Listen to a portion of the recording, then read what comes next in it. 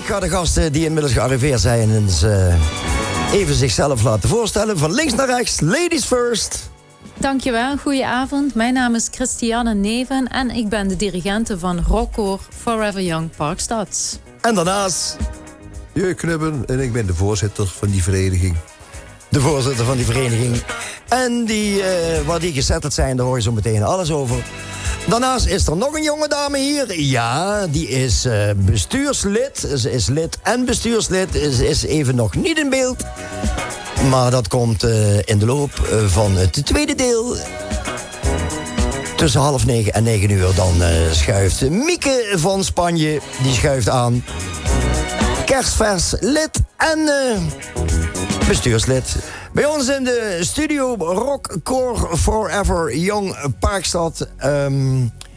Jeu Knubben is hier aangeschoven, de voorzitter van dat Rockkoor. Jeu, vertel de luisteraars eens even iets over de historie van Rockkoor Forever Young Parkstad. Nou, het Rockkoor is in ieder geval nog jong. Daar kunnen we mee beginnen. Goed 3 jaar, 3,5 jaar ongeveer. We zijn begonnen begin 18. Praktisch officieel opgericht in juni ergens in 2018. Althans, toen hadden wij statuten, notarieel bekrachtigd enzovoort. Maar we waren in februari, maart al actief begonnen.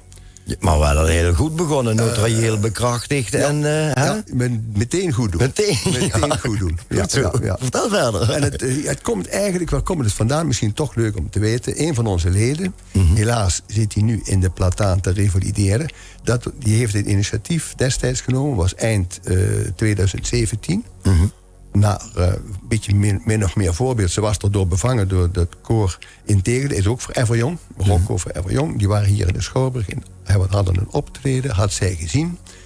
En zij was er zo doorgepakt. Zei, dit moeten wij in Parkstad ook kunnen. Nou, en ze is ervoor gegaan. Ze heeft mij benaderd. We kenden elkaar al eerder. En zei, kun je mij helpen dat tot stand te brengen? Ja, ik wil je best wel helpen dat mee oprichten. Ik ga zelf al 35 en nog meer jaren mee in de koorwereld. Mannenkoor Sint Pancratius mag ik wel even noemen. Wilde ik net vragen, had zij zangervaring? Zij niet. Zij niet? Wat een leuke combinatie. Ja, maar zo is het wel op een gegeven moment zo ver gekomen. En zij heeft alle initiatieven verder genomen. Ze heeft die gasten een keer uitgenodigd, open dag gehouden in de Kommerbron op de hele baan. Met wat gecommuniceerd naar bejaardencentra toe, zorgcentra toe. Daar zitten altijd mensen die nog voldoende mobiel zijn, hoopten we, om daar aan deel te nemen. Daar is ook al reactie op gekomen toen. Na die eerste bijeenkomst, naar dat koor. Toen is er een bericht verschenen nog in de krant. Althans, er was een klein communiqueetje gestuurd naar de krant. En ik kan me nog herinneren, de journalisten destijds, die vond dat zo interessant en zei, hier gaan we meer van maken. Ja. We komen naar jullie thuis, maken een foto, een heel interview en dan komt dat in de krant. Nou, toen dat in de krant was gekomen, toen kwamen alle aanmeldingen binnen en dan hadden we wel 100 leden. Waren dat allemaal mensen die in koren gezeten hadden en ermee gestopt waren? Ja, of die dachten van, hey, dit lijkt me een leuk idee om gewoon mee te beginnen? Ja, beide denk ik. Er waren in ieder geval mensen die ook wel eens gezongen hadden. Maar de meeste toch, die dachten, wat u zegt, hartstikke leuk, hier ga ik aan meedoen. Als dat initiatief nu. En we hadden meer dan 100 leden, we hadden een luxe probleem. En dat loste zich op een gegeven moment snel op. Ja. En wij zeggen, dan moeten we in 2 groepen werken. Maar ja, toen moest er nog een keuze gemaakt worden op welke middag de repetities zouden plaatsvinden. Nou, dat is uiteindelijk donderdagmiddag geworden. Het was woensdag of donderdagmiddag geworden. Toen viel helaas de helft af en die zei, ja, dan kan ik niet. Dan hadden we gelijk al een stuk probleem opgelost. En uiteindelijk hadden we toch nog wel zo'n 50 à 60 leden. Oké. Ja. We gaan even naar de muziek en ik heb even met de dirigenten gesproken. Ze zeggen, een van de nummers die wij ook doen, we hebben helaas geen goede opnames, hè, dat wil ik even vooropstellen. Radiokwaliteit opnames. Dus ja, wij draaien een nummer wat jullie ook doen. En ik zou zeggen, waarom dat nummer, Christiane Neven, jij hebt mij net verklapt, dat nummer wat jullie ook doen. Waarom? Waarom? Dat was toevallig ons allereerste nummer, wat ik dan nu genoemd heb. Ja. Ik was zelf gevraagd om eens om de tafel te gaan zitten met Jeu en met die mevrouw die dat initiatief heeft genomen. Gewoon eens om te oriënteren. En toen kwam een informatiebijeenkomst. En toen had ik zoiets van, ja, zullen we niet meteen muziek gaan maken op die bijeenkomst? En toen dacht ik bij mezelf, ja, dan moeten we echt een knaller hebben. Iets wat je makkelijk kunt meezingen, maar waar wel iedereen bij denkt, ja, dit is niet het standaard repertoire wat er normaal gezongen wordt bij de koren. Een golden oldie, een golden oldie. Ja, I Was Made for Loving You van Kiss. En die starten wij nu eventjes in. I Was Made for Loving You van Kiss. En dat zit ook bij hun in het repertoire.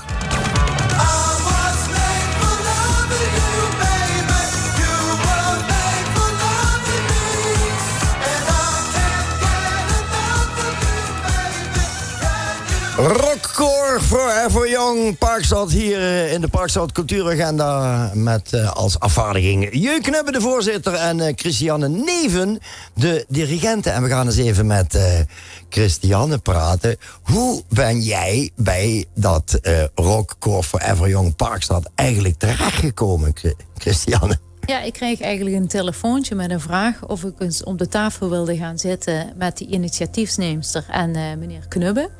Ik had even een tijdje uitgeholpen als dirigente bij een koortje in Aarveld-Bekkerveld. Maar dat was tijdelijk. Maar ik was op de een of andere manier blijven hangen bij die mensen. En op een positieve manier. Dus zij hebben mijn naam doorgegeven. En ja, zo ben ik daar beland. En daar heb ik geen moment spijt van gehad. Ja, maar als ik nou naar jou kijk en ik kijk naar de website van Rockcore Forever Young Parkstad. Dat is trouwens foreveryoungparkstad.nl. Dan zie ik toch dat de gemiddelde leeftijd van de personen die in dat koor zitten een stuk ouder is dan jij, hè? Ja, dan moet ik eerlijk zeggen, ik ben gewend om eigenlijk met alle leeftijdsgroepen te werken. Dus, complimenten! Ja, dat is in ons vak eigenlijk wel normaal. Ja. En ik vind iedere leeftijdsgroep heeft zijn charme. Dus van mij maakte dat eigenlijk niks uit. Ik vond het net interessant dat dit een groep was met mensen die boven de 65 zijn. Allemaal? Allemaal? Ja, dat is eigenlijk een soort voorwaarde voor ons koor. Hè? Oh jee, ja. Ja. En, want dat maakt ons koor ook zo bijzonder. Hè? Dat mag je wel zeggen, ja. En dat zij dat initiatief namen. Ja, en die muziek spreekt me ook geweldig aan. Dus ik had zoiets van, ja, gemotiveerde mensen die dat willen doen. Why not? Why not? En dan kom ik natuurlijk ook bij jou. Want wie bepaalt dan die muziek? Daar heb je een muziekcommissie voor. Dus dan, een muziekcommissie? Ja, in het koor is er een afvaardiging van binnen iedere stem van iemand die in die commissie zit. Plus de dirigent en iemand die in die commissie zit en het bestuur zit. Wij geven de leden allemaal de kans om een stuk in te sturen wat zij eventueel zouden willen zingen. Dan ga ik er eens naar kijken, is dat überhaupt haalbaar voor ons om dat te doen? En dan blijven er nog een aantal titels over. Dat is best een lange lijst. En dan gaan we dan met de muziekcommissie eens even doorheen ploegen. En dan gaan we kijken, dit is leuk. Dit vinden we allemaal leuk binnen die commissie. En dan ga ik ook nog eens kijken, zijn er leuke arrangementen van? Of kan ik het zelf misschien leuk arrangeren? En zo wordt zo'n stuk gekozen. Nou, als we het hebben over inspraak, dan mag je wel zeggen dat daar behoorlijk wat inspraak is, hè? Dat is wel de bedoeling. Dat is eigenlijk bij de meeste koren zo. Dus voor de beeldvorming een tenor, een bariton, van alle stemsoorten, zeg jij? Ja, wij zingen driestemmig, 2 tot 3 stemmig. Dus we hebben sopraan, alt en bariton. En van iedere stem zit er een persoon bij. Ja, leuk. Als je het over inspraak hebt, bij Rockcore Forever Young Parkstad heb je dat. Ja, Christiane Neven die zei net van, ja, eigenlijk zijn wij wel een bijzonder koor. Christiane, vertel. Ja, in verschillende opzichten. Omdat we een ander repertoire zingen dan de meeste koren met mensen van die leeftijd.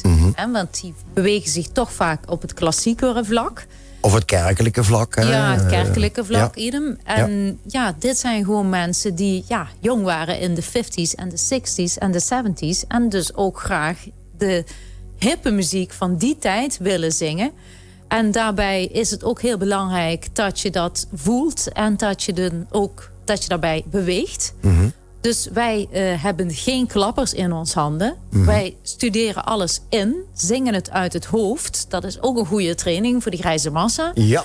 En het ziet er gewoon leuk en enthousiast uit als je beweegt. Want het zou heel vreemd zijn als je rockmuziek zingt en je gaat heel stilstaan. Wie heeft dat bewegen bedacht? Jij? Ik weet niet of ik het bedacht heb, maar het is eigenlijk gewoon vanaf het begin is het gewoon erbij geweest. Omdat dat toch iets organisch is. En bij ons voorbeeldkoor werd dat ook gehanteerd. Dus dat je daar gewoon lekker bewoog.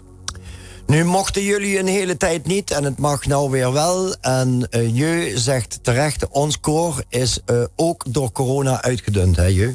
Zonder meer, kunnen we wel zeggen, ja. Niet zozeer dat er nou overlijdens zijn geweest door corona, dat ze daardoor zijn weggegaan. Gelukkig niet. Maar wel door de angst om besmet te raken enzovoort. Ja. Door het feit dat er geen repetities zijn geweest een hele tijd lang, krijg je toch dat de afstand wordt vergroot. En we hebben ons best gedaan, het bestuur, om toch die betrokkenheid van het koor te houden. Door contact houden, informeren over stand van zaken, mogelijk nieuwe ontwikkelingen, enzovoort, enzovoort. En dat heeft toch goed gedaan. En we hebben een hele periode lang Zoom-repetities gehouden. Oh ja. En daar kon helaas ook niet iedereen aan meedoen. Nee, maar wel geweldig dat het mogelijk was. Ja, we hebben het gedaan en het is heel goed bevallen. En dat heeft ook die club en zeker die kern goed bij elkaar gehouden. Niettemin zijn er toch altijd mensen afgehaakt. Dat hou je toch altijd in deze club. Maar ik moet zeggen, de echte enthousiastelingen zijn gebleven en nog. En er zijn nu ook nog wel een aantal leden die zeggen, nou, voorlopig kom ik nog even niet. Ze zijn nog wat bezorgd om een aantal zaken. Maar goed, dat is begrijpelijk. En die gaan we allemaal persoonlijk benaderen. En afhankelijk van hoe de ontwikkeling en de mogelijkheden die zich nu weer aandienen, gaan we dat toch weer langzaam op. Ja, de 1,5 meter hoeft vanaf de 25e dus niet meer. Hè? Maar ik zeg altijd, wanneer de wildvreemd is, dan hou ik toch even een beetje op. Maar goed, dat moet iedereen zelf weten. En je moet natuurlijk gevaccineerd zijn. En je moet je corona-check moet je hebben. Dus er komt een hele hoop administratieve krom komt er ook nog bij kijken. Dus bij deze, eigenlijk al een oproep van jou. Als er mensen zijn die nu zeggen van, goh, dit spreekt mij aan. Ja. Op welke dagen repeteren jullie? Op donderdag, zei je? Donderdagmiddag, ja. Donderdagmiddag van? 2 uur, vanaf 2 uur tot 4, met een pauze ertussen. Ja. En dan doen we dat in de Kommerbron, in het gemeenschapshuis van de hele baan. Het multifunctioneel centrum, zeggen ze tegenwoordig. Ja, aan de achterkant van het winkelcentrumpje ligt dat, voor degenen die niet weten waar de Kommerbron ligt. Ja. Dus op donderdagmiddag tussen 2 en 4 mogen mensen ook eens vrijblijvend komen kijken. Als Zeker, ze dat willen. Prima. Als mensen zijn die willen misschien eens even kijken, kennis maken, kom rustig luisteren. Kom dus vooral ook de sfeer even proeven. Ja. Want het is vind ik zelf, de meeste zijn vrouwen. Nou begeef ik me graag tussen de vrouwen. Maar het is een hele gezellige... Charmeur. Hele gezellige club, moet ik zeggen, met leuke mensen. Ja. En ik moet zeggen, ze blijven enthousiast. En we gaan hard door. Om toch weer, we krijgen optredens binnenkort. Ja, daar gaan we het dadelijk ook even over hebben. Ja, oké. En kijk eens wie er is. Ze is aangeschoven. Mieke van Spanje. En daar is ze, kijk eens, mooi in beeld. Mieke, welkom in de studio. We hebben al een paar keer jouw naam horen vallen. Je was nog niet zo lang lid. En toen kwam corona natuurlijk. Hè? Wat heeft jou aangetrokken aan het zangkoor Rockkoor Forever Young Parkstad? Nou, eigenlijk het enthousiasme. Zoals hier al verteld werd. En de gezelligheid ook wel. En ook dat je weer een bezigheid hebt na je pensionering. Iets waar je naartoe leeft. De hele tijd leef ik naar die donderdag toe. Ja, en we gaan niet vertellen waar ze woont, kijkers en luisteraars. Maar ze woont een behoorlijk eind uit de buurt. Het is maar dat je het even weet. Dus ze komen van heinde en verre eigenlijk. Ja. Hè, als je het nagaat. Naar Rockkoor Forever Young Parkstad. Omdat dat idee en de muziekkeuze jullie zo aansprak. Hoe lang was jij lid voordat corona kwam? Nou, ik was toch een paar maanden nadat het koor was opgericht. Het eind 2018. Ja. Gewoon als koorlid. Maar sinds vorig jaar, september, als bestuurslid. En dan zou ik de PR gaan doen. Ja. En helaas, toen kwam de corona en was er weinig PR te doen. Er waren geen concerten. Ja. Dus, het begon het zoomen. En je kunt dan ook niet reclame gaan maken van of leden gaan werven of concerten gaan bekijken. En ja, dat was wel jammer, ja. Heb jij ervaring met PR dat jij denkt van daar wil ik me voor inzetten? Nee, eigenlijk niet, maar die gooi je toch wel zo in, denk ik. U hebt trouwens een mooie zangstem volgens mij. Ja, een hele warme stem. Nee, dat meen ik echt.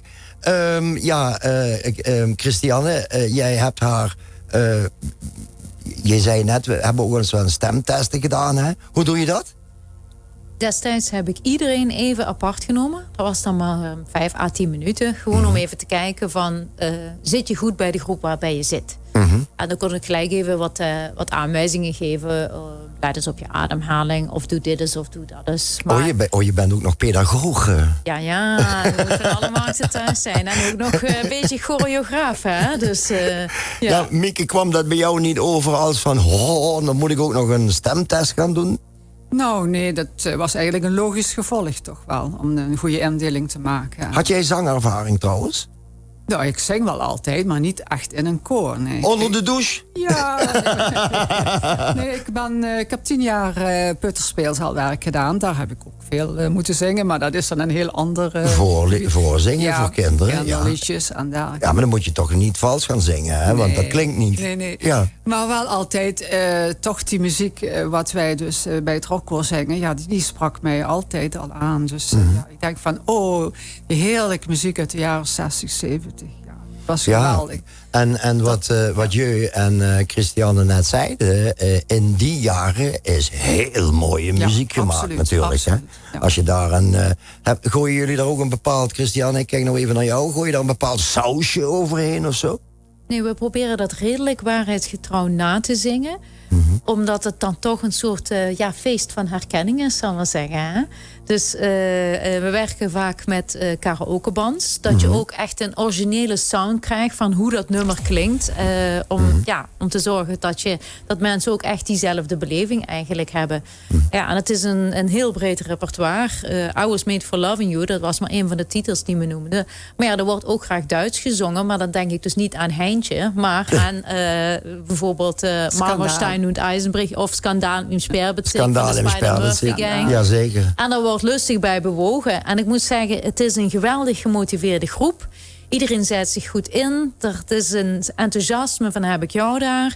En na afloop is er ook nog een hoop gezelligheid. Dus ja, ik ben heel erg tevreden en blij met deze groep. Nou ja, goed. Ik denk dat het ook een leeftijdscategorie is die weinig zorgen meer hebben. Hè? En die elke donderdag naar die donderdag toe leven. Of de hele week naar die donderdag toe leven, moet ik zeggen. Want het is voor hun een uitje. En het is genieten van de muziek van vroeger. Mieke, die is nu, die heb ik de opdracht gegeven om nog even een PR-slotwoord aan dit verhaal vast te breien. En Christiane, daar ga ik nog even mee praten. Christiane, jullie zijn inmiddels weer begonnen met de repetities, hè? We zijn gelukkig weer live aan het zingen. Daar hebben we halsrijkend naar uitgekeken. En afgelopen donderdag hebben we onze eerste repetitie gehad. Hoe ging dat? Ja, ik vond het heel goed. Want wij hebben gezoomd. Dus we hebben niet stilgezeten. Ja. En we zijn blijven doorrepeteren. Ja. En we hebben ook in oktober een optreden staan. En daar willen we natuurlijk goed voor voorbereid zijn. Tuurlijk. Ik wens alle leden die daar nu nog zijn, wens ik alvast toi voor dat allereerste optreden. Wat overigens een besloten evenement is. En Mieke van Spanje, aan jou de laatste woorden om Rockkoor Forever Young Parkstad helemaal, zeg ik dan maar even erbij, in de pictures te zetten en een oproep te plegen voor die mensen die 65 plus zijn en die nog lekker willen zingen. Nou, die zou ik allemaal willen vragen van, als jullie zin hebben in een feestje en de muziek, wat je dus net gehoord hebt, een paar nummers, als die je aanspreekt, nou, kom vooral op donderdagmiddag een keer kijken. Want het is allemaal, wij propaganderen dat nu wel, maar je moet het toch echt zien. Ja, je moet meemaken. Ja, kom donderdagmiddag naar de Kouwerbron van 2 tot 4. En je zult zelf zien, je raakt enthousiast en je wil er nooit meer weg. Oh jee, dat is wel een uitnodiging, moet ik zeggen. Als je enthousiast raakt en nooit meer weg wil, dan krijgen jullie een gouden toekomst. En dan moeten jullie dadelijk een ledenstop gaan. Maar eerst inderdaad even proeven, hè. Dat zegt Jeu Knubbe, die zei dat ook. En Jeu, de voorzitter, hij zegt, ik heb er niks meer aan toe te voegen. Hij zit wel nog hier in de studio. We hebben alles gezegd. wat we zouden kunnen zeggen. Ik wens in ieder geval de nu nog zittende leden heel veel succes met de repetities. En ja, mensen, spreekt het u aan. Bent u 65 plus en wilt u elke donderdag 2 uurtjes lang tussen 2 en 4 lekker zingen muziek van de 50s, 60s, 70s? Ga dan naar Rockcore Forever Young Parkstad. Dankjewel. Mag ik jullie bedanken voor de komst naar de studio. Jullie de best in beeld, maar ook bedankt voor de komst naar de studio. Christiane Neven bedankt. Mieke van Spanje bedankt. En alle leden daar. Toi, toi, toi. En zingen blijven en warmen blijven.